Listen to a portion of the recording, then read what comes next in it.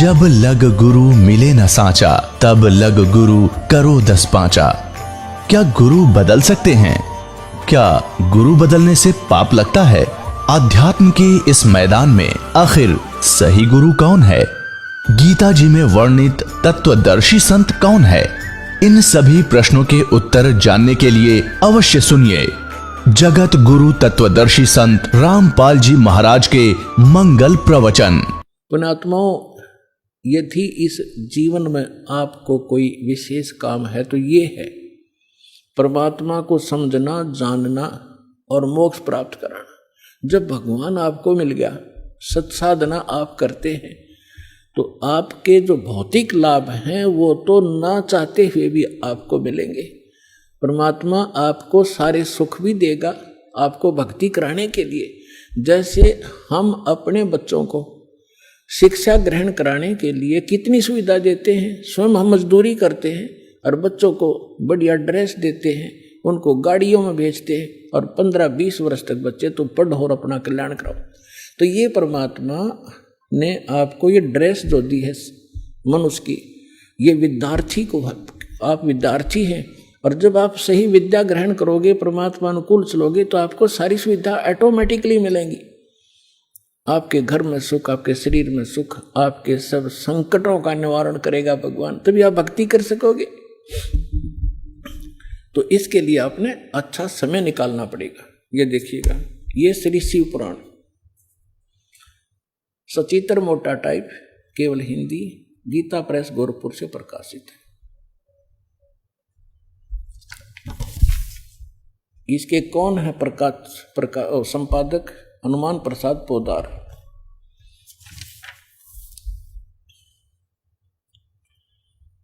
ये प्रकाशक मुद्रक है गीता प्रेस गोरखपुर, गोविंद मोहन कार्यालय, कोलकाता का संस्थान। अब यहां देखिएगा,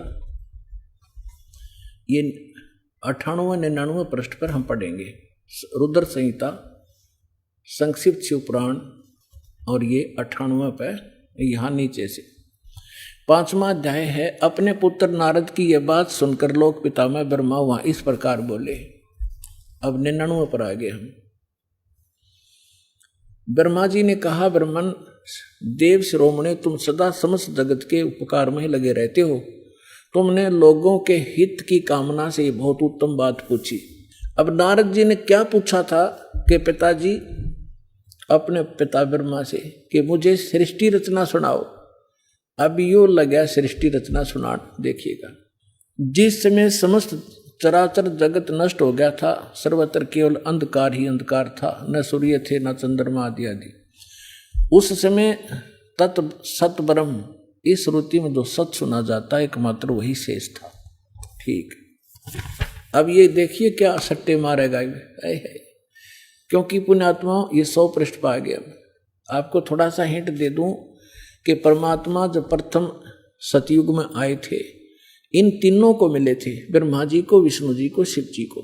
इन्होंने मालिक से ज्ञान एक संत रूप में, ऋषि रूप में, और इन्होंने ये ज्ञान सुना था परमात्मा से। अब ब्रह्मा जी परमात्मा वाले ज्ञान को कुछ अपनी अटकल को मिला के कैसे वो सृष्टि रचना बता रहा है। देखिएगा, जिस परब्रह्म के विषय में ज्ञान और अज्ञान से युक्त पूर्ण युक्तियों द्वारा इस प्रकार विकल्प किए जाते हैं, उसने कुछ काल के बाद द्वितीय की इच्छा प्रकट की। उसके भीतर एक से अनेक होने के संकल्प उदित हुआ। तब उस निराकार परमात्मा ने अपनी लीला शक्ति से अपने लिए एक मूर्ति की कल्पना की। अब ये के सट्टे मारे है, नो कहो वैसे तो परमात्मा निराकार है, वो ये ब्रह्म निराकार कहे, और उसने कहते फिर वो सदाशिव के रूप में आ गया। वो सदाशिव कौन है? देखिए उनका। अब ये कहते हैं जो मूर्ति रहित परम ब्रह्म है, उसकी मूर्ति भगवान सदाशिव हैं। ये काल ने सदाशिव कहे हैं, आगे क्लियर भी होगा। अर्वाचीन और प्राचीन विद्वान उन्हीं को ईश्वर कहते हैं। उस समय एकाकी रहकर स्वेच्छानुसार विहार करने वाले सदाशिव ने अपने विग्रह से एक स्वरूप भूता शक्ति की सृष्टि की, जो उनके अपने श्री अंग से कभी अलग होने वाली नहीं थी। अब ये क्या कह रहा है ब्रह्मा जी, अपने विग्रह से उस काल रूपी ब्रह्म ने, सदाशिव ने अपने शरीर से एक स्त्री उत्पन्न की जो उसके श्रीअंग से कभी अलग होने वाली नहीं थी, अलग कर दी। यह देख, अपने विग्रह से स्वयं ही एक स्वरूप भूता शक्ति की सृष्टि की जो उनके अपने श्रीअंग से कभी अलग होने वाली नहीं थी। उस पराशक्ति को प्रधान और प्रकृति, गुणवती माया, प्रकृति भी कहते हैं उस दुर्गा को, बुद्धि तत्वों की जननी तथा विकार रहित बताया गया है। उस शक्ति, वह शक्ति अंबिका दुर्गा कही गई है। उसको प्रकृति, ये ध्यान रखना, दुर्गा को प्रकृति भी कहते हैं, जो गीता में आपको दिखाया था। अभी आपको श्रीमद् भगवद गीता अध्याय नंबर 15 के श्लोक नंबर 3 से 5 में, 3, 4, 5 में स्पष्ट किया था कि ये काल कहता है, ये प्रकृति तो सभी की माँ जानो और मैं सबका पिता, मैं इसके अंदर बीज स्थापना करता हूँ जिससे सबकी उत्पत्ति होती है। और प्रकृति से उत्पन्न ये तीनों गुण, रजगुण ब्रह्मा, सद्गुण विष्णु, तमगुण शिव जी, ये सभी जीवात्मा को कर्मानुसार बांधे रखते। और परमात्मा ने क्या बताया कि नहीं, ये तीन नहीं, ये पांचों मिलकर बांध रहे आपको, और हम इन पांचों मिल जीव अटकाए, युगों युग हम आन छुटाए। अब देखो, उसको प्रकृति, सर्वेश्वरी, त्रिदेव जननी, तीनों देवताओं की को जन्म देने वाली इनकी माता, नित्या और मूल कारण भी कहते हैं। सदाशिव द्वारा प्रकट की गई उस शक्ति की 8 भुजाएं हैं। होगी ना स्पष्ट? 8 भुजाएं हैं, ये देखिएगा 8 भुजाएं, ये है वो दुर्गा। इसमें तो घड़ी ला रखी, घर की बाहर कितनी ला दो ये, लेकिन है इसकी 8 ही हैं। ये नककता पता नहीं था, किसी 20 मुंह ला दें, किसी 50 ला दें। ये अष्टंगी है, सभी जानते इस बात को, 8 भुजाएं। अब देखिएगा, उस शक्ति की 8 भुजाएं हैं। नाना प्रकार के आभूषण उसके श्रीअंगों की शोभा बढ़ाते हैं। वह देवी नाना प्रकार की गतियों से संपन्न है और अनेक प्रकार के अस्त्र शस्त्र धारण करती है। एकाकिनी होने पर भी वह माया संयोग वसात अनेक हो जाती है। वे जो सदाशिव हैं उन्हें परम पुरुष, ईश्वर, शिव, शंभु और महेश्वर कहते हैं। ये देखिए, यहाँ आगे अब हम 101 पृष्ठ पे हैं, रुद्र संहिता। अब इस शिव, सदाशिव इस काल की महिमा सुना रहा है ब्रह्मा जी। वे अपने सारे अंगों में भस्म रमाए रहते हैं। उन काल रूपी ब्रह्म ने, आ गया ना स्पष्ट, ये काल रूपी ब्रह्म कहो, सदाशिव कहो, ब्रह्मा विष्णु महेश का पिता कहो, दुर्गा का पति कहो, उन काल रूपी ब्रह्म ने एक ही समय शक्ति के साथ है, नाथ ने, ये गलत मिसप्रिंट है, शिवलोक नामक अक्षेत्र का निर्माण किया। उस उत्तम अक्षेत्र को काशी कहते हैं। आगे देखो, वे प्रिया और जो सबके ऊपर विराजमान है, वे प्रिया और प्रियतम, शक्ति और शिव, दुर्गा और ये काल जो परमानंद स्वरूप है, उस मनोरम क्षेत्र में नित्य निवास करते हैं। काशीपुरी परमानंद रूपणी है। मुने शिव और शिवा ने, यानी काल और दुर्गा ने प्रलय काल में भी उस क्षेत्र को अपने सानिध्य से मुक्त नहीं किया। देवर्षि ब्रह्मा जी कह रहे हैं, एक समय उस आनंद वन में रमण करते हुए शिवा और शिव के मन में यह इच्छा हुई कि किसी दूसरे पुरुष की सृष्टि करनी चाहिए। अब इन्होंने संतानों उत्पत्ति की सोची और फिर इन्होंने संतान उत्पत्ति क्रम किया। उससे 2 पुत्र तो यहाँ सिद्ध कर दिए, ब्रह्मा और विष्णु। देखिए, सृष्टि करनी चाहिए जिस पर यह सृष्टि संचालन का महान भार रखकर हम दोनों केवल काशी में रहकर इच्छा अनुसार विचरें और निर्वाण धारण करें। ऐसा निश्चय करके शक्ति सहित सर्वव्यापी परमेश्वर शिव ने अपने वाम भाग के 10वें अंग पर अमृत मल दिया। फिर तो वहां से एक पुरुष प्रकट हुआ। अब देख, इनकी अकल देखो ब्रह्मा की। अब शक्ति और शिव, उस दुर्गा की क्या जरूरत थी अपने साथड़ पर के में मसला होता हो, ये मारे बकवाद में, मतलब कि ये देखो। अब क्या वहां से एक पुरुष प्रकट हुआ, उसका नाम के धरा देखो। शिव ने कहा, वत्स बेटा, व्यापक होने के कारण तुम्हारा विष्णु नाम विख्यात हुआ। अब यहां ये 6ठा अध्याय समाप्त हुआ। अब 7वें में क्या कहा? ब्रह्मा जी कहते हैं देवर से जैसे विष्णु की उत्पत्ति करी दुर्गा और काल ने मिलकर, तत्पश्चात कल्याणकारी परमेश्वर सांब सदाशिव ने, उस काल रूपी ब्रह्म ने पूर्ववत प्रयत्न करके मुझे अपने दाहिने अंग से उत्पन्न किया। अब पुण्यात्मा, अब यहाँ ब्रह्मा और विष्णु की तो उत्पत्ति बता दी, यहाँ विचलित हो गया ये शिव पुराण का अनुवाद करता, इसने यहाँ गोल मोड़ कर दिया। लेकिन कहते हैं चोर चुरावे तोमड़ी और गाड्डे पानी में, वो गाड्डे हुआ ऊपर आवे सच्चाई छनी ना। कहाँ तक छुपाएंगे? अब दिखाता हूँ आपको, कल भी दिखाया था, आज फिर दिखाऊंगा। क्योंकि पुण्यात्माओं एक सिलेबस होता है क्लास का, बच्चे रह रहकर टीचर उनको बार बार रिवाइज कराते हैं, उसका रिपीटेशन करवाते हैं, आवर्ती कराते हैं, जब जाकर वो बच्चे उससे परिचित होते हैं। तो दास एक टीचर है, आप विद्यार्थी हैं, सौभाग्य आपका, आपके इसमें प्रवेश पा लिया, तो इसको सफल करो। हम एक रोजी रोटी के लिए और 20 वर्ष तक बच्चों को पढ़ाते हैं, जब हो सकता किसी को मिले रोटी रोजगार ना मिले, बाकी हम फिर भी उसमें लगाए रहते। और ये तो एक अनमोल वर्त वस्तु, इस भक्ति और इस कमाई का तो ये तो निष्फल जा ही नहीं सकती। तो इसलिए आप इसमें एक विशेष रुचि लो। अब देखिएगा, यही शिव पुराण, इसमें है एक विद्वेश्वर संहिता, थोड़ी सी झलक दूंगा, बस ज्यादा समय नहीं लूंगा। एक समय ब्रह्मा और विष्णु की लड़ाई होगी, झगड़ा, युद्ध। ब्रह्मा कह रहा था मैं तेरा बाप, विष्णु बोला मैं तेरा बाप। इसी बात पर इनका युद्ध हो गया, लंबी कहानी है। तो इस काल ने सोचा ये लड़के मर जाएंगे, इनके बीच में एक लिंग खड़ा कर दिया, सफेद तेजों में पिलर, बहुत लंबा चौड़ा। ये युद्ध भूल गए आपस में, उसका और छोर खोजने में लग गए। लंबी कहानी है। फिर यूं आ गया अपने पुत्र सदाशिव का रूप धारण करके, इसने प्रतिज्ञा कर रखी है मैं अपने यथार्थ रूप में कभी किसी के सामने नहीं आऊंगा। तो ये किसी को विष्णु रूप में दर्शन देता है, ये किसी को शिव रूप में, किसी को ब्रह्मा रूप में। तो वहां ये शिव रूप धारण करके आ गया। अब देखिए विद्वेश्वर संहिता, और ये है संक्षिप्त शिव पुराण 24वां पृष्ठ। यहाँ इन दोनों का झगड़ा हो रहा था, बीच में इसने ये सतम खड़ा कर दिया।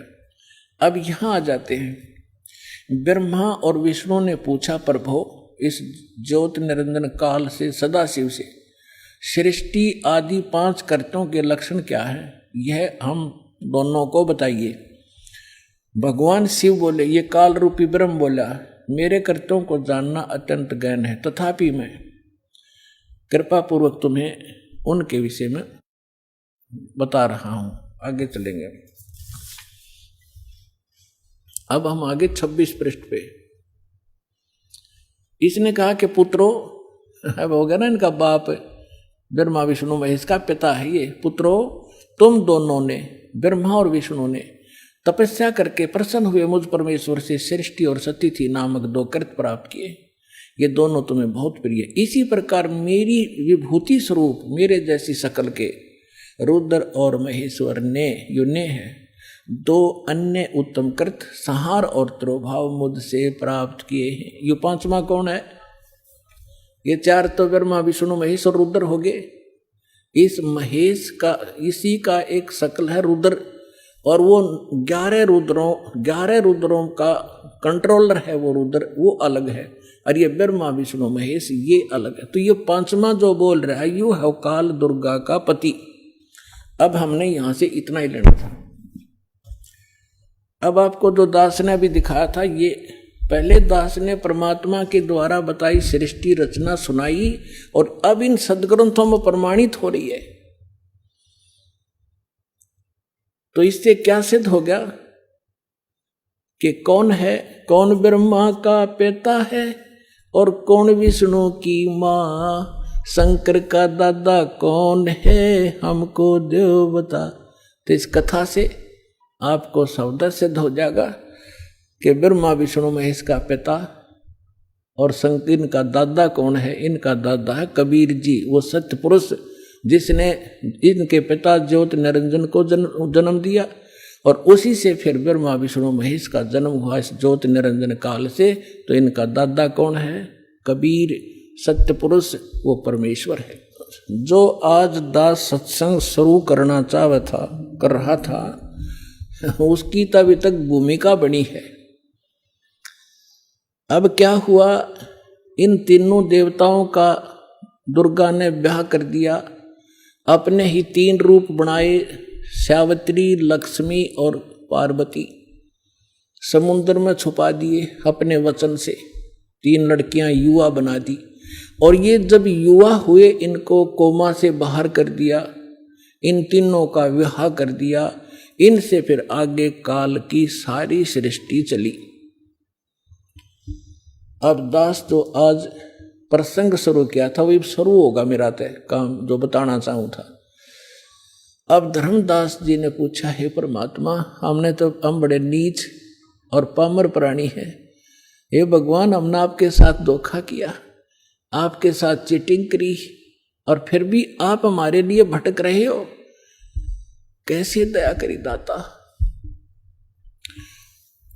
तब परमात्मा ने कहा कि जब यहां ये प्राणी इतने दुखी हो गए, हाहाकार मच गई,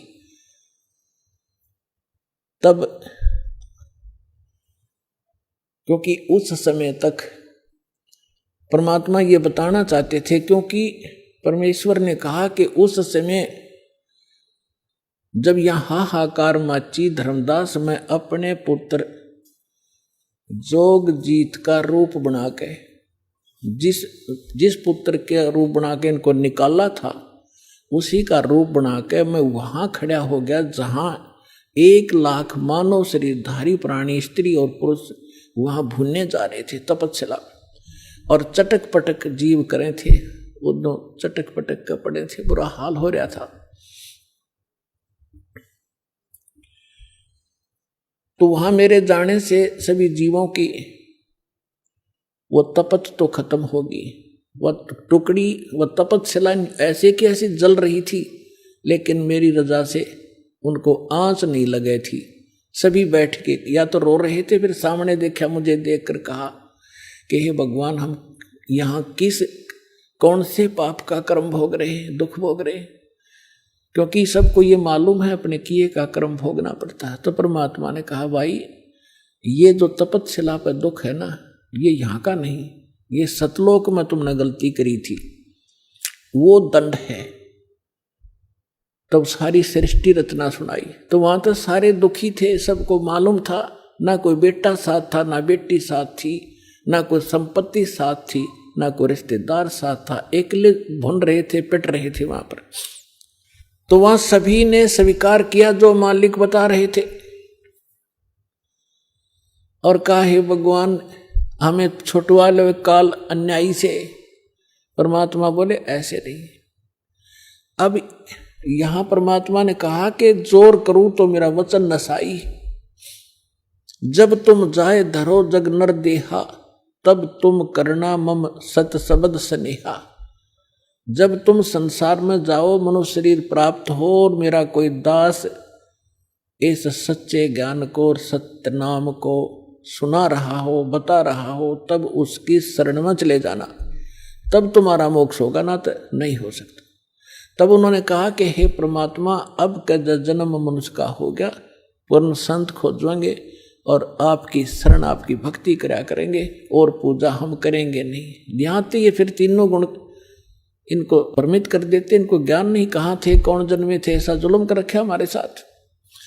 तो फिर क्या हुआ, परमात्मा ने कहा कि वहां वो ऋषि में, ऋषि भी वहीं भुन रहे थे, भुनने जा रहे थे, जो यहाँ मंडलेश्वर पाक रहे थे।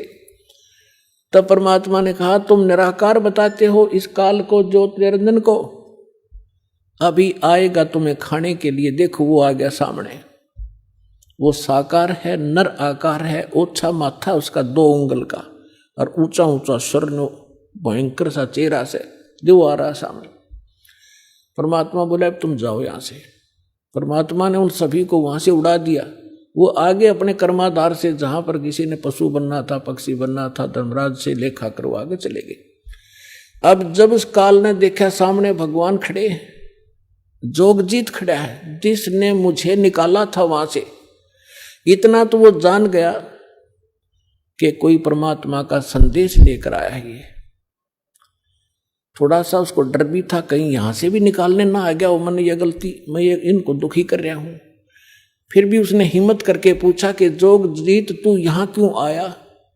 परमात्मा का कोई वचन है तो मुझे बता, आदेश दे, और आज तुझे मैं ठीक करूंगा। तूने वहां से मुझे मार कर निकाला था और आज तू मेरे लोक में कैसे आ गया?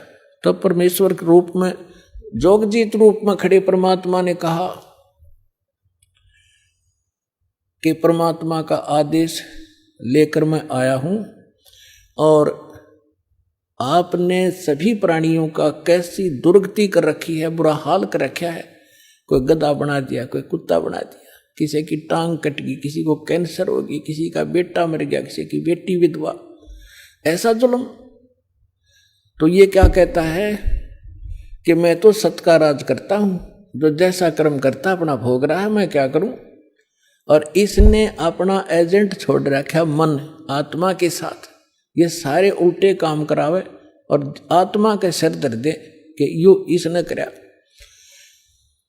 तो परमात्मा ने कहा कि जो निरंजन अब मैं किस लिए आया हूं ये और बता दूं। हाँ बता दे।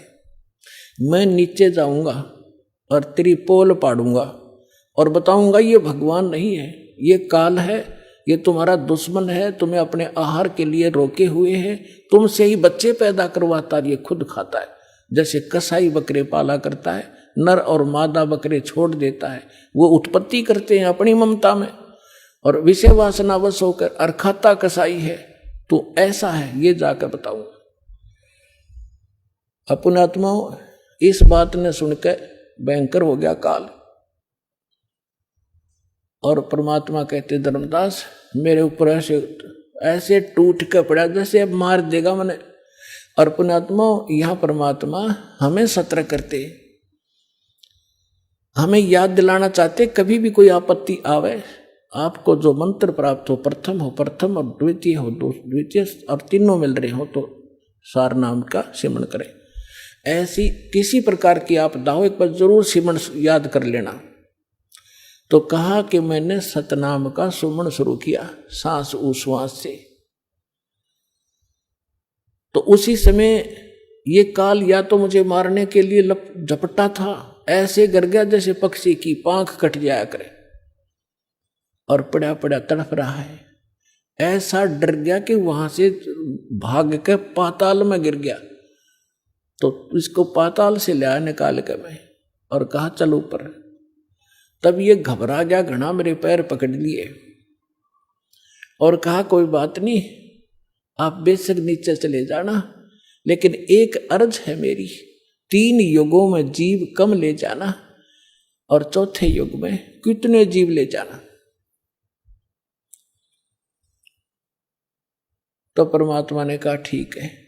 और दूसरा ये कहा कि मेरा ज्ञान जो माने वो हमारा, आपके ज्ञान को जो माने वो आपका, बलपूर्वक ना ले जाना। तो परमात्मा ने कहा ठीक है तथास्तु। जब सारे वचन भरवा लिए फिर बदल गया गिरगिट की तरह, कहने लगा कि बेशक चले जाना जोगजी, चौथे युग में इन जीवों को इतना कंडम कर दूंगा, ये भक्ति योग नहीं रहेंगे, इनको सब उल्टी साधना पर लगा दूंगा, देवी देवता पत्थर पहाड़ों की पूजा में इनको व्यस्त कर दूंगा और जब तुम जाओगे तुम्हारी कोई नहीं सुनेगा। परमात्मा बोले आप अपना काम करियो और हम अपना करेंगे।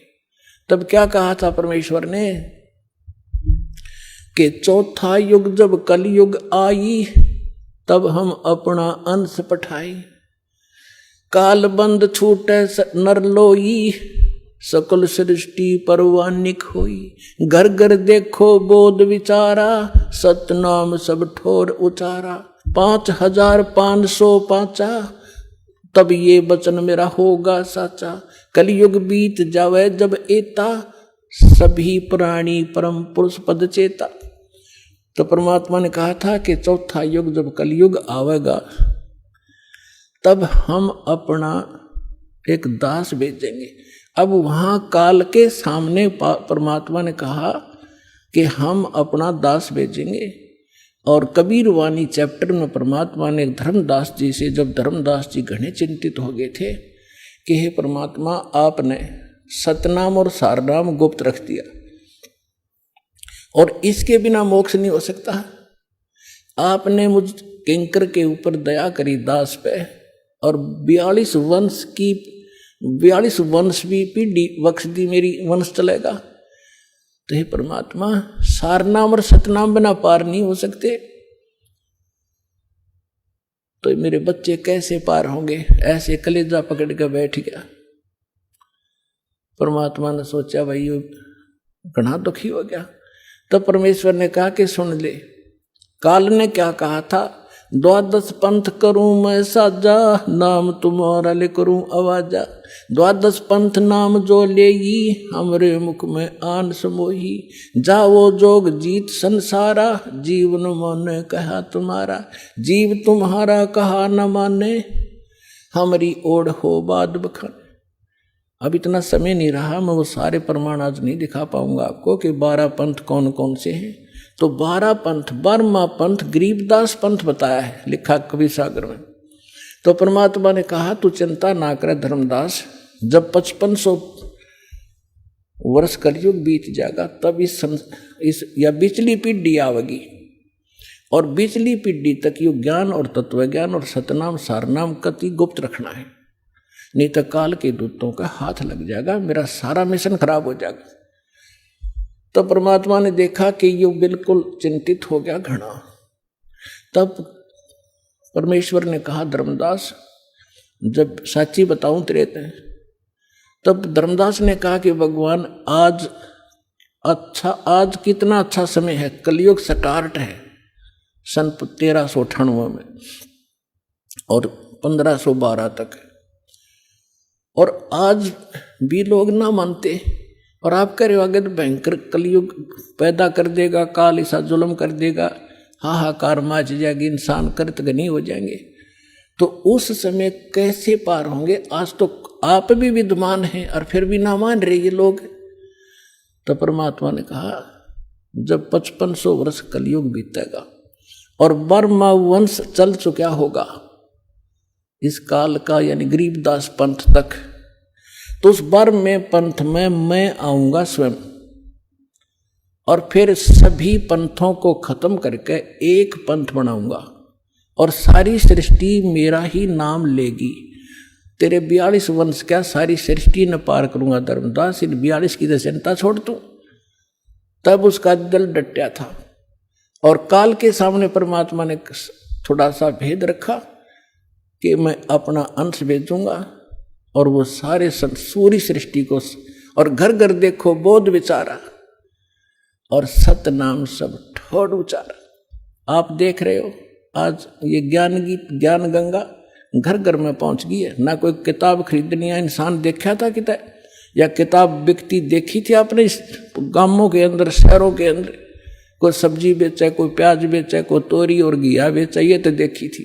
तो परमात्मा ने कहा था घर घर देखो बोध विचारा, मेरे इस ज्ञान की चर्चा घर घर में शुरू हो जाएगी, और सारी सृष्टि नाम लेगी, और सतनाम सबको बताया जाएगा, और परमात्मा के उस परम पद की, सतलोक की सबको जानकारी होगी, पूरा विश्व व्यापार करो। तो वो समय आ गया है पुण्यात्माओं, और ये दास है वो परमात्मा का भेजा हुआ दास, और आप सभी पार हो जाओगे। बोलो सतगुरुदेव।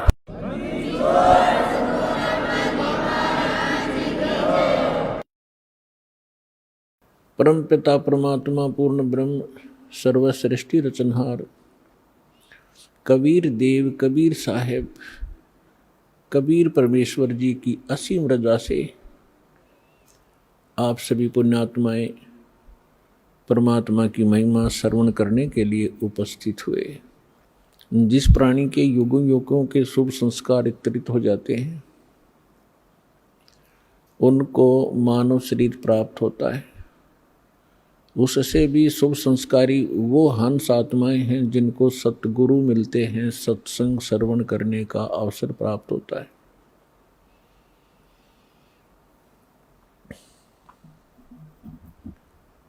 पुण्यात्माओं, आज तक हमें परमात्मा की ABC का भी ज्ञान नहीं था।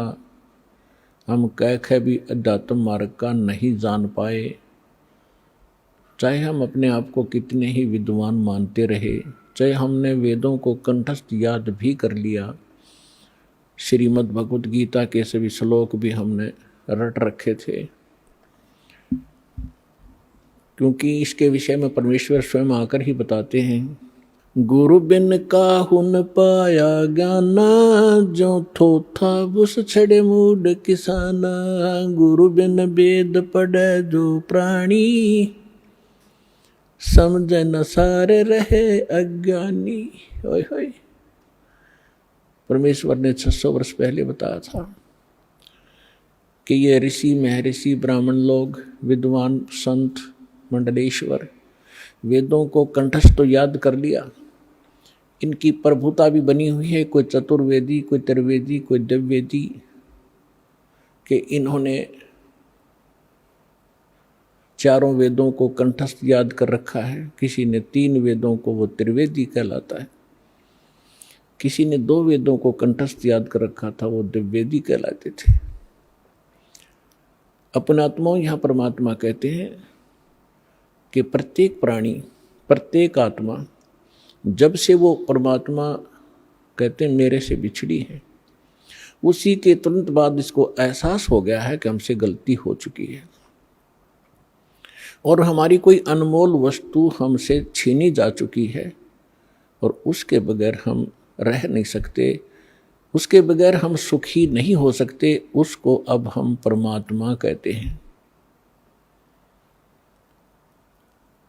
तो जिस कारण से इस आत्मा ने उस वस्तु को पाने के लिए एक बरसक प्रयत्न किया और अभी तक वो सशक्त प्रयत्न जारी है। उसके लिए उन्होंने जंगलों में जाना, राज त्याग देना भी उचित समझा। शरीर नष्ट हो जाए, गल जाए, तपस्या कर करके उन्होंने भगवान पाना ही चाहा, पर नहीं मिला। उन्होंने चारों वेदों को कंठस्थ याद कर लिया, पढ़ने लगे थे परमात्मा को खोजने के लिए। फिर वो याद हो गए, क्योंकि पहले शांत स्वभाव के लोग होते थे, वर्तमान की हाहाकार नहीं थी। बार बार के रिपीटेशन से, आवर्ती से ये कंठस्थ हो जाते हैं। तो उन्होंने चारों वेदों को याद कर लिया और कोई भी कहीं बोलता तो वो तुरंत उसके अध्याय और मंत्र को तुरंत सुना देता, जिस कारण से वो प्रभुता प्राप्त हो गए। और जब प्राणी को प्रभुता प्राप्त हो जाती है, परमात्मा से कोसों दूर हो जाता है, क्योंकि जीव साहब नहीं हो सकता, परमात्मा ही साहब है। अब आप देखते हो हम कितने अज्ञानी हो गए। हम छोटी सी पोस्ट प्राप्त कर लेते हैं, यदि हम कोई सीधा नाम पुकारता है तो हमें दुख होता था, और हमें साहब बोलता तो हम प्रसन्न होते थे, छाती फूल जाती है। इस ज्ञान से पता चलेगा कि साहब क्या है और जीव क्या है। तो कहने का भाव यह है कि वो वेदों के कंठस्थ करने वाले इतने प्रभु बन गए, उनको ब्राह्मण कहने लगे। ब्राह्मण का अर्थ होता ब्राह्मण सोए जिन ब्रह्म पहचाना। ब्राह्मण सोए जो ब्रह्म पहचाने। ब्रह्म माने भगवान, परमात्मा को पहचाने। अपने आत्माओं, यहाँ क्योंकि ये अध्यात्म मार्ग है, पहली कक्षा के बालक भी आते हैं, तो ब्रह्म का अर्थ ये ना समझ लेना कि निरंजन ज्योति काल है, नहीं। ब्रह्म का अर्थ वैसे प्रभु होता है, भगवान होता है, राम कहो, साब कहो, ब्रह्म कहो। लेकिन जैसे हम पूर्ण परमात्मा कहते हैं, पूर्ण ब्रह्म कहते हैं, इसका मतलब कोई इनकम्प्लीट ब्रह्म भी है। लेकिन ब्रह्म शब्द पर्याप्त है परमात्मा के लिए। लेकिन यहाँ ये नकली प्रभु घने हो गए, तो इसलिए प्रभु की पहचान जिसने कर ली, ब्रह्म की पहचान जिसने कर ली, वो ब्राह्मण कहलाता है। दास अपने प्रवचनों में बहुत बार पंडितों ब्राह्मणों के विषय में उनकी मूर्खता अज्ञानता सुनाता है, तो उसमें ये ना समझें कि दास एक ब्राह्मण वर्ण को कह रहा है। ब्राह्मण वर्ण अलग वस्तु है। जैसे एक वैद्य था और वो बहुत अच्छा वैद्य था, नाड़ी पकड़कर तुरंत बता देता था अमुक रोग है, औषधि भी उसके पास कारगर थी, सुप्रसिद्ध हुआ। उसकी एक दो पीढ़ी उसके द्वारा बताई औषधि और उस विधि से वो उपचार करते रहे, वो भी वैद्य कहलाए। लेकिन आगे चल के वो लाखों की संख्या बन गई उनके वंशजों की, और वो वैद्य नहीं है, फिर भी उनका सरनेम वैद्य बन गया। अब कोई कुछ कार्य करता है, कोई कुछ कार्य करता है, वो भी अपने पीछे लगाता है रमेश वैद्य, और काम क्या है उसका, परचून की दुकान। जानता नहीं पेट के दर्द की दवाई औषधि और लिखता है रमेश वैद्य, तो वो वैद्य नहीं है। और यदि कहीं किसी वैद्य की मूर्खता बताई जाती है कि रोग ये और दवाई ये दे रहा है, ये खाक वैद्य है, तो उस वैद्य को दुख नहीं होता जो परचून की दुकान किए हुए। इसी प्रकार ब्राह्मण की विषय में जानना, मेरे पूज्य गुरुदेव जी ब्राह्मण वर्ण में जन्मे थे, लेकिन वो अपने आप को ब्राह्मण नहीं कहते थे, पंडित नहीं कहते थे। पंडित, ब्राह्मण की दूसरा पर्यायवाची पंडित भी कहलाता है। पंडित का भी यही अर्थ होता है। वो ब्राह्मण नहीं कहलाते थे जो हमने अपने परंपरागत समझ लिया है। हम किसको ब्राह्मण मानते हैं? जो श्राद्ध निकलवाता हो, पत्रे बाँच कर सुना दे, तेरा भी आपत्ति आनी है, ये ऐसे कर दे, ऐसे वैसे कर दे, ये ब्राह्मण कहलाते हैं। लेकिन यदि हम पंडित की परिभाषा समझना चाहें तो हमारे पूज्य गुरुदेव जी ब्राह्मण होते हुए अपने आप को ब्राह्मण नहीं कहते थे, वो संत कहलाते थे कि हमने पंडिताई कभी की नहीं, हम ब्राह्मण नहीं हैं। और मेरे दादा गुरु जी छावला गांव दिल्ली के अंदर, दिल्ली स्टेट में एक छावला गांव है नजफगढ़ के पास, वहाँ के वो जाट थे। और बचपन से ही वो हमारे जो चौथे दादा गुरुजी थे उनके संपर्क में आ गए। उन्होंने उसको काशी विद्यापीठ में पढ़ाया, अपने पास ही रखा, तो वो 4 विषय के आचार्य बन गए उस विद्या को पढ़कर। लेकिन उन्होंने पंडिताई की नहीं, फिर भी वो पंडित चिदानंद नाम से जाने जाते थे। और उनका आश्रम बना हुआ है जिला सोनीपत हरियाणा, तहसील खरखोदा के पास एक गोपालपुर गांव है छोटा सा, उसमें उनका आश्रम बना हुआ है। दास उसको बहुत बार देख कर आया है, उस पर लिखा है पंडित चिदानंद आश्रम, जबकि वो वर्ण में जाट थे। तो हमने सबसे पहले ये देखना है कि यहाँ इन चीज़ों का हमने इनसे ऊपर उठना है, जातिवाद से। हमारी क्या जाति है? जीव हमारी जाति है, और मानव धर्म हमारा हिंदू मुस्लिम सिख ईसाई, कोई धर्म नहीं है न्यारा। जब हम परमात्मा के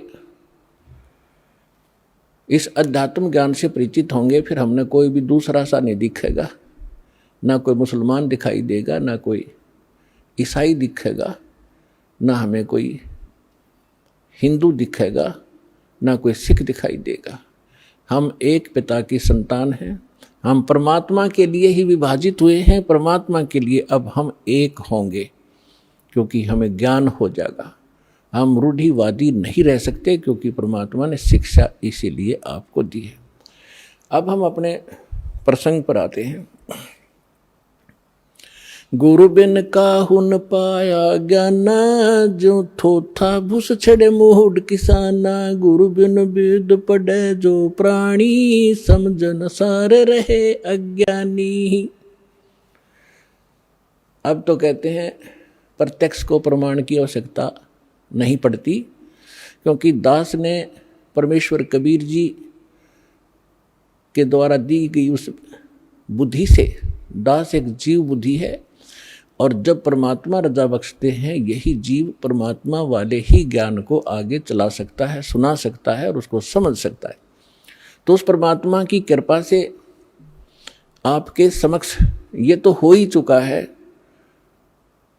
कि यथार्थ ज्ञान क्या है, अध्यात्म मार्ग कैसा है, और ये भी आप खूब समझते हैं कि आज तक इस हमारे सदग्रंथों को हमारे ही ऋषि महर्षि गुरु ब्राह्मण आचार्य शंकराचार्य इस सिलेबस से परिचित नहीं थे, तो खाक टीचर थे वो। जीवन अपना नाश कराया, हमारे पूर्वजों का भट्ठा बैठा दिया, भूत बनवा दिए, फिर उनके श्राद्ध निकलवाने शुरू कर दिए। तो इस तरह की भ्रमणा अज्ञानता से फैलती है। तो आज तक हमारे जितने भी ऋषि महर्षि हुए हैं, इवन ब्रह्मा विष्णु महेश, इनको कोई अध्यात्म ज्ञान नहीं था। पुण्यात्माओं, परमात्मा ने 600 वर्ष पहले कहा था ये ज्ञान, लेकिन उस समय हम शिक्षित नहीं थे। हमारे धर्मगुरु केवल संस्कृत भाषा पढ़ा करते थे और सदग्रंथ भी संस्कृत भाषा में थे, जिस कारण से हम अपने भगवान को ना पहचान सके, ना अध्यात्म ज्ञान को जान सके। और इन अज्ञानी ऋषि महर्षि आचार्यों शंकराचार्यों ने परमात्मा का विरोध करके जनता को भ्रमित किया कि अशिक्षित जुलाहा धानक, ये नीच जाति का, ये क्या जाने सदग्रंथों के विषय में, क्योंकि ये संस्कृत नहीं जानता। तो उस समय नकलियों की दाल खूब गल गई। लेकिन मालिक तो मालिक ही होता है, सहनशील भी होता है। वो जो उद्देश्य लेकर चलते हैं वो बीच में भड़बड़ाते नहीं। उसी समय धर्मदास नाम के एक महापुरुष परमात्मा की शरण में आए थे, जो हिंदू धर्म में जन्मे थे और ये इन्हीं भगवानों की पूजा किया करते थे, जिसके विषय में परमात्मा कबीर जी कहा करते थे, तीन देव की जो करते भक्ति उनकी कदे ना होवे मुक्ति। 600 वर्ष पहले चौराहे पर खड़ा होकर कहा करते परमात्मा, जहाँ ये ब्राह्मण कथा कर रहे होते थे। तो उस समय परमात्मा को बहुत मार पड़ा करती थी, पीटा करते थे, घसीटा करते थे। लेकिन परमात्मा सत्य है, उसके वचन सत्य हैं, उसका अस्तित्व सत्य है, वो झूठ ना कह सकता और ना ही वो झूठ होता है। तो जब धर्मदास नाम के एक महापुरुष बड़े विचलित हुए, अब जो प्रसंग चल रहा है हम उसी पर आते हैं। इस ज्ञान को बताने के लिए परमात्मा स्वयं आते हैं। परमात्मा की पहचान करने के लिए हमारे सदग्रंथ पर्याप्त हैं, जिनको आज तक हम शिरोधार्य माना करते थे। पवित्र चारों वेद, ऋग्वेद, यजुर्वेद, अथर्ववेद और सामवेद, इन चारों वेदों को हम सत्य मानते हैं, पूरा विश्व सत्य मानता है। विशेषकर हिंदू धर्म के नाम ये लिख दिए गए हैं कि हिंदुओं के ग्रंथ हैं, तो हिंदू तो इसको सत्य मानते ही मानते हैं। दूसरे श्रीमद् भगवत गीता, वेदों से भी प्रथम स्थान आज श्रीमद् भगवत गीता जी का है, क्योंकि ये एक छोटा ग्रंथ है और चारों वेदों का निष्कर्ष है। और उसके बाद 18 पुराण। तो हमारे जो धर्मगुरु अब लगभग 2,500-3 हजार से जो वर्ष से जो हमारे धर्मगुरु रहे हैं, उन्होंने केवल पुराणों को ही महत्व दिया और साथ में श्रीमद् भगवत गीता को भी उन्होंने समांतर सम्मान दिया है और इन्हीं के पठन पाठन से मोक्ष बताया है। और उन्होंने ये भी कहा है कि हम जो ज्ञान दे रहे हैं इन्हीं ग्रंथों के आधार से दे रहे हैं। तो पुण्यात्माओं, परमात्मा को पहचानना पड़ेगा। जब तक हमें ये विश्वास नहीं होगा कि ये सामने रखा एक चमकीला पत्थर वास्तव में हीरा है, लाल है, इसकी कीमत इतनी है, तब तक हम उसका दाम नहीं लगा सकते, उसका मूल्य चुका नहीं सकते, दे नहीं सकते, उसको ग्रहण कर ही नहीं सकते, क्योंकि वो कीमती इतना है। इसी प्रकार जब तक हम परमात्मा को नहीं पहचानेंगे और हमें दृढ़ विश्वास नहीं होगा कि सचमुच ये है भगवान, तो तब तक हम दृढ़ नहीं होंगे, उसकी कीमत दे नहीं सकेंगे, अर्थात हम उसको प्राप्त नहीं कर सकते। तो उसके लिए हमने सबसे पहले ये विश्वास, हमने ये जानना होगा, दृढ़ निश्चय करना होगा कि जिस परमात्मा को हम प्राप्त करने के लिए प्रयत्न करेंगे, उसके लिए जो भी कीमत हमने देनी पड़ेगी वो देंगे, तो वास्तव में वो परमात्मा है भी कि नहीं। तो उसकी पहचान के लिए हमने कोई आधार बनाने पड़ेंगे। उसके लिए आधार क्या है? सर्वप्रथम हमारे सद्ग्रंथ। वैसे तो सर्वप्रथम हम मानते हैं प्रत्यक्ष दृष्टा को, लेकिन फिर भी हम अपने उस थ्योरी को हम नकारा नहीं कर सकते, जिसको आज तक श्रोधार्य मानते रहे और सत्य मानते रहे। तो हम पहले थ्योरी फिर प्रैक्टिकल, दोनों से हम सिद्ध कर लेंगे कि सचमुच कौन है परमात्मा। तो इसके लिए हमने सबसे पहले अपने सद्ग्रंथों की थ्योरी को देखेंगे कि उनमें क्या लिखा है, और फिर प्रैक्टिकल। जब दोनों एक जैसा रिजल्ट देंगे तो ही इज गॉड, वो परमात्मा है।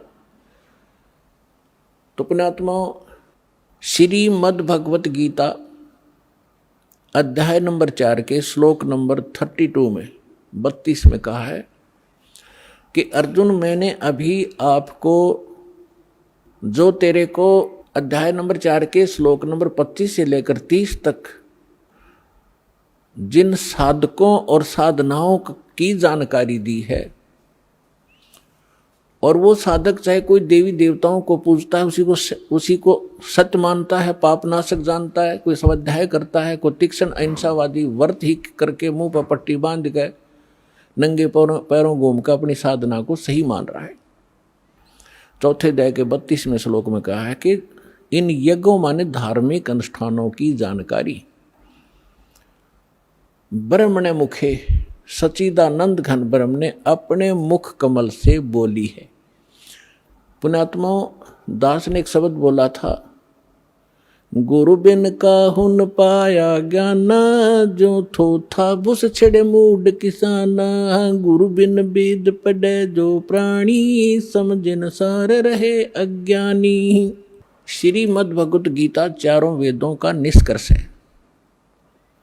चौथे अध्याय के 32वें श्लोक में यहाँ एक ब्रह्मणे मुखे शब्द है।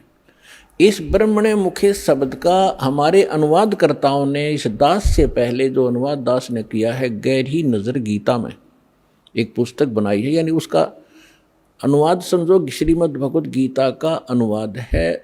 उसका नाम लिखा है गहरी नजर गीता में। इससे पहले जितने महापुरुषों के आप अनुवाद उठाकर देखोगे, उसमें क्या लिख रखा है वेद की वाणी में। आइए अब हम उन श्रद्धालुओं के अनुभव जानते हैं जो जगत गुरु तत्वदर्शी संत रामपाल जी महाराज जी से दीक्षा प्राप्त कर चुके हैं तथा उनके द्वारा बताए गए भक्ति मार्ग पर चल रहे हैं। नमस्कार सर। नमस्कार सर जी। सर, क्या नाम है आपका? उदय सिंह तोमर। उदय सिंह जी, आप कहाँ से हैं? जिला शाहजहांपुर, उत्तर प्रदेश। सर, संत रामपाल जी महाराज से नाम दीक्षा आपने कब ली? 10 मार्च 2013 में। सर, संत रामपाल जी महाराज से नाम दीक्षा लेने से पहले क्या आप कोई भक्ति साधना भी करते थे? जी, भक्ति साधना करते थे, और क्योंकि हमारा परिवार ही सभी भक्ति करता था, और मैं जब छोटा था तो मेरे मन में विचार ये आता था कि मैं भी किसी भगवान की, किसी देवता की भक्ति करूं। विचार में था कि किस देवता की, किस भगवान की भक्ति करूं। तो खोज करते करते फिर मेरे समझ में बात आई कि हनुमान जी भक्ति सबसे ठीक है, सरल भी है, आसान है और ठीक है। मैंने हनुमान जी की भक्ति शुरू कर दी थी, और हनुमान जी की भक्ति मैंने जैसा विधि विधान में जानता था, मैंने 3 साल तक भक्ति करी हनुमान जी की। 3 साल भक्ति करने के बाद में फिर मैंने भक्ति छोड़ दी थी, क्योंकि उसमें ऐसा हुआ मेरे साथ कुछ शारीरिक घटनाएं घटी। मुझको एक बहुत भयंकर रोग लग गया, मेरे पूरे शरीर के अंदर दाने फोड़े से निकल आए, और मुझे ऐसा लगा जैसे कोई कोढ़ी हो जाता है, जिस प्रकार से शारीरिक बीमारी होती है, इस तरह से हो गया था। तो बाद में फिर मेरे पर हनुमान जी का कोई असर होने लगा था। तो घर वालों ने कहा कि अब आप ये सब भक्ति छोड़ दो, नहीं आप कहीं पागल हो गए तो आपका फिर आगे खेल ख़त्म हो जाएगा। तो घर वालों के कहने से और कुछ शारीरिक मतलब परेशानियों को देखते हुए, कठिनाई को देखते हुए, फिर मैंने वो भक्ति छोड़ दी हनुमान जी की। उसके बाद फिर मैंने अपना इष्ट बनाया राम को, शिव जी को भी बनाया इष्ट अपना। तो इस तरह से मैं मतलब कि भक्ति करता चला आ रहा था, और फिर मैंने राम जी को अपना इष्ट बना लिया था। और राम जी को कोई भी मैं कार्य के लिए जाता था तो पहले अपने श्री राम को आराध्य मानकर हृदय में धारण करके मैं काम करता था। हमने पहले गुरु बनाए थे, बचपन में थे, जो कि उनको कान फूंकने वाले मंत्र दिए थे उन्होंने। वो कुछ समय तक चला, फिर बाद में मुझे गुरु मिल गए थे। आदि गुरु शंकराचार्य पंथ के अनुयायी थे, स्वामी सत्य प्रकाशानंद जी अजन्मा महाराज, अवधूत बाल ब्रह्मचारी। उनको हमने गुरु बनाया और 25 साल तक उनकी शरण में रहकर जैसे उन्होंने साधना बताई थी वैसे साधना करी। और उन्होंने एक मंत्र जो दिया था, उस मंत्र के साथ साथ ये बोला था कि इस मंत्र का जाप करते रहना श्वास के साथ में। वो मंत्र था शिवोहम। जैसे ऊपर नीचे मंत्र का जाप होता है, इस तरह से जाप करते रहना। हमने वो भी किया। करीब 15 साल लगभग मैंने उस मंत्र का जाप किया। लेकिन एक विधि जो बताई थी कि रात में 2 बजे उठकर पलथी मारकर और यहाँ नाक के ऊपर यहाँ पर ध्यान लगाया करना, यहाँ तुम्हें प्रकाश दिखाई देगा। उस साधना को फिर मैंने रात में 2 बजे उठ करके मैं उस साधना में फिर मैंने अपनी निष्ठा से पूरी जोर शोर ताकत से मैंने शुरू कर दी कि किसी तरह वो उपलब्धि प्राप्त हो जाए, जिससे मैं उनसे ये बताकर इसके विषय में कुछ जानकारी ले सकूं। सर फिर क्या कारण बना कि आप संत रामपाल जी महाराज की शरण में आए? संत रामपाल जी शरण में हम इसलिए आए कि मुझे ये टीवी के माध्यम से ज्ञान हुआ कि सोहम से ऊपर और है सत सुकृत एक नाम। और फिर हमने गीता में देखा कि ओम तत्सत ब्राह्मण त्रिविध स्मृता, कि ओम से ऊपर ये तत् और सत, ये 2 प्रभु और हैं जो ब्रह्म, परम ब्रह्म, पूर्ण ब्रह्म कहलाते हैं। क्षर पुरुष, अक्षर पुरुष, परम अक्षर पुरुष। और हमें तो केवल ब्रह्म तक का ही ज्ञान था, इसके आगे ज्ञान नहीं था। फिर हमने टीवी चैनल के माध्यम से संत रामपाल जी महाराज का जो हमने प्रवचन सुने, देखे, जिसमें गीता का, वेद के अंदर भी परमात्मा ने स्पष्ट कर दिया कि कबीर देव नाम का वो परमात्मा है। और वो मतलब कि उनके जो गुण गाए गए परमात्मा के वेदों में, वो उनमें वैसे ही पाए गए। और फिर ये भी साबित हुआ मुझे टीवी देखने के माध्यम से कि संत रामपाल जी महाराज ने जब ये सिद्ध कर दिया कि उस पर कि परमात्मा कबीर हैं, तब मेरे मन में चिंता हुई। तब मैंने एक वृद्ध थे, 80 वर्ष के सरदार जी थे, उनको मैंने बताया कि ये सतनाम जो और आप जो वाहेगुरु बोलते हो, ये वो चीज़ नहीं है। वो तो वहाँ सतलोक आश्रम बरवाला में मिलेगी, संत रामपाल जी महाराज के इसके जानकार हैं और वही ये सब कुछ देंगे। तो मैंने उनका साथ लिया और पहली बार मैं बरवाला गया। जाने के बाद वहाँ पर फिर मैंने नामदान लिया संत रामपाल जी महाराज से। सर संत रामपाल जी महाराज से नाम दीक्षा लेने के बाद क्या आपको कुछ लाभ भी प्राप्त हुए? हाँ जी, लाभ तो बहुत प्राप्त हुए और उसके बाद तो लाभ ही लाभ होते चले आ रहे हैं। हानि का तो कोई कहीं से समझ नहीं आता है, कहीं पर से हानि हुई हो। अगर हमें ऐसा लगता है कि हाँ कुछ हानि हो रही है, लेकिन उसका परिणाम जब देखा तो वो भी बहुत अच्छा और पॉजिटिव प्लस में वो गया। मेरी आर्थिक स्थिति बहुत ख़राब थी और हमें मतलब शारीरिक कष्ट भी थोड़े छोटे मोटे बने रहते थे। परिवार में भी लोग कोई ना कोई बीमारी से ग्रसित रहते थे। तो इस वजह से हालात ये थे कि मैं सरकारी सर्विस करते हुए भी कभी मैं आर्थिक रूप से अपने को संभाल नहीं पाया। और हालत इतनी ख़राब थी कि मैं 5,000 रुपये ब्याज तक मैं देता था, यह कंडीशन थी। लेकिन संत रामपाल जी महाराज की शरण में जाने से मेरे ये सारे जाने से पहले ही ये संकट दूर होना शुरू हो गए थे और मुझे आर्थिक रूप से इतनी मजबूती मुझे मिलना शुरू हो गई कि मैं सोच नहीं सकता हूँ। परमात्मा ने ऐसे चमत्कार कर दिए कि मैं इस सोच के हैरान हूँ कि परमात्मा ही वो काम कर सकता है जो कि दूसरों के लिए असंभव है। मुझे मतलब कि बैंक लोन का समस्या थी, ऐसा बंदा मिल गया जिसने खुद मुझसे कहा कि तुम ऐसा कर लो और तुम्हारी ये ज़रूरत है। फिर हमने कहा ठीक है, मुझे ज़रूरत तो थी लेकिन मैं थोड़ा सा उलझन की वजह से नहीं चाहता था। तो मेरा ये काम हुआ और मैंने एक अपनी कमेटी चला रखी थी। जाने से पहले वो कमेटी में मुझे मेरा नंबर आ गया, वो भी पैसा मुझे मिला और हमने मतलब कि सैलरी हमारी थी जो 20-25 तारीख के बाद मिला करती थी, वो भी समय से मिलना शुरू हो गई। तो मेरे पास पैसा इतना हो गया कि एडवांस पैसा मेरे घर में रखा रहता था। और मैंने परमात्मा से प्रार्थना भी की थी कि परमात्मा बरवाला में कि प्रभु कुछ ऐसी कृपा करना कि हम अधिक से अधिक आपके दरबार में आपके दर्शन हेतु हम आ सकें, ऐसी व्यवस्था कर देना परमात्मा। तो हम जब नाम दान लेकर के आए उसके बाद हमारे परिवार के लोग जुड़ना शुरू हुए, उनको साथ में लेके जाने लगे और इस तरह से हमें मौका बराबर मिलता रहा परमात्मा के दरबार में जाने का। हमारी पत्नी को कैंसर हुआ था और उसका हमने इलाज डॉक्टर से करवाया। एक डॉक्टर ने रेफ़र किया बरेली केशलता हॉस्पिटल में। वहाँ डॉक्टर ने बोला कि इनका ऑपरेशन होगा, 10 दिन भर्ती रहने के लिए बताया। तो मैं फिर वहाँ से उनको छोड़ करके फिर मैं सीधे उसी डॉक्टर के पास गया जिसने वहाँ भेजा था बरेली में मुझे। बदायूं के डॉक्टर थे, तो उनसे मैंने परामर्श किया कोई ऐसा डॉक्टर बताइए जो बीमारी को सही कर सके और ठीक इलाज हो पाए। तब उन्होंने बताया कि आपका दिल्ली, लखनऊ, कानपुर, अलीगढ़ इस जगह पे इलाज है और वहीं आप करा सकते हैं। फिर मैंने लखनऊ चुना। लखनऊ गया, वहाँ पर मैंने वाइफ पत्नी का इलाज करवाया। लगभग 1 साल तक वहाँ उनका इलाज चला, जबकि वो डॉक्टर बता रहे थे कि इनका ऑपरेशन होगा अभी तुरंत और इतना खर्चा, 10 दिन भर्ती रहेंगे। वहाँ जाने के बाद में वहाँ पर डॉक्टरों ने कह दिया कि ना हम ऑपरेशन करेंगे, ना हम ऑपरेशन की सलाह देंगे। और उसके बाद 1.5 साल लगभग इलाज चला। जब मैंने पत्नी का इलाज करवा रहा था तो मैंने वहाँ पर डॉक्टरों से कुछ सलाह ली, पूछा, तो वो कहने लगे कि इस तरह के मरीज़ जो हैं 1.5-2 साल तक ज़िंदा रहते हैं, ज़्यादा लंबा जीवन नहीं जी पाते हैं। लेकिन परमात्मा संत रामपाल जी महाराज की कृपा से वो आज भी जीवित हैं और ऑपरेशन जो होना था वो ऑपरेशन भी नहीं हुआ, केवल दवा के द्वारा ही वो ठीक हो गई। ये सब संत रामपाल जी महाराज की कृपा थी और आज हम पूरे परिवार सहित संत रामपाल जी महाराज की शरण में हैं। और मुझे भी टाइफाइड हो गया था, तो मैं भी उस समय बहुत मेरी हालत बुरी हो चुकी थी कि मेरे एक कदम नहीं चल पाता था, लोग मुझे लिटालते थे, बैठालते थे। तो मैं भी समझ रहा था कि ऐसा ना हो कि मेरा शरीर ये जीवन का अंत हो जाए। वो भी मैं ठीक हुआ। एक बार नीलगाय से मैं टकराया, बहुत भयंकर टक्कर हुई थी, गाड़ी मेरी बिल्कुल पलट गई थी मोटरसाइकिल, और मैं दूर गिरा जा कर के, और तो उसमें मुझे चोट आई थी। फिर बाद में डॉक्टरों को दिखाया, उसमें ठीक हो गए। कुछ लोगों ने ये बताया कि इस तरह के एक्सीडेंट में कोई बचता नहीं है, लोग मर जाते हैं। कई लोग वहाँ मर भी चुके थे, 1-2 लोग मर चुके थे। कुछ लोगों के मतलब कि शरीर में टूट फूट काफ़ी हो गई थी, लेकिन मुझे सिर्फ हल्की चोटें आई थीं और मैं ठीक हो गया। और मैं एक बात कहना चाहूँगा, बवासीर की शिकायत जो थी, शिकायत इनकी, वो भी ठीक हो गई परमात्मा की कृपा से, और आज बिल्कुल ठीक हैं। सर, संत रामपाल जी महाराज से नाम दीक्षा लेने के बाद आपको बहुत सारे लाभ प्राप्त हुए। संत रामपाल जी महाराज के बारे में यह कहा जाता है कि संत रामपाल जी महाराज ब्रह्मा विष्णु महेश जी की भक्ति छुड़वाते हैं, क्या यह बात सही है? नहीं, ये ऐसा नहीं है।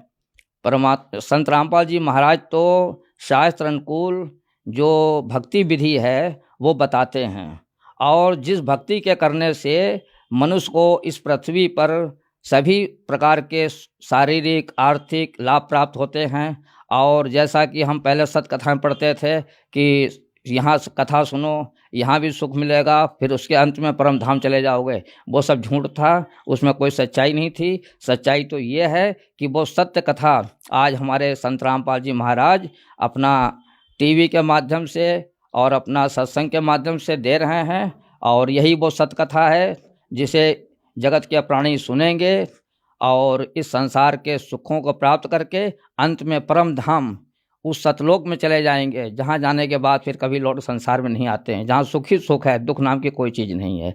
ये मार्ग वही मार्ग है। ये सर, जो दर्शक आज आपको टीवी पर देख रहे हैं, आप उन्हें क्या संदेश देना चाहेंगे?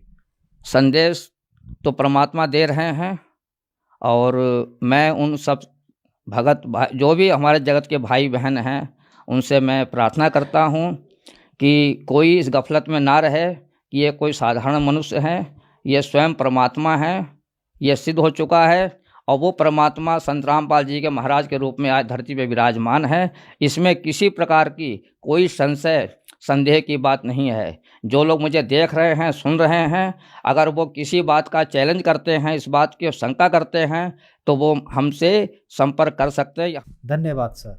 सत साहिब।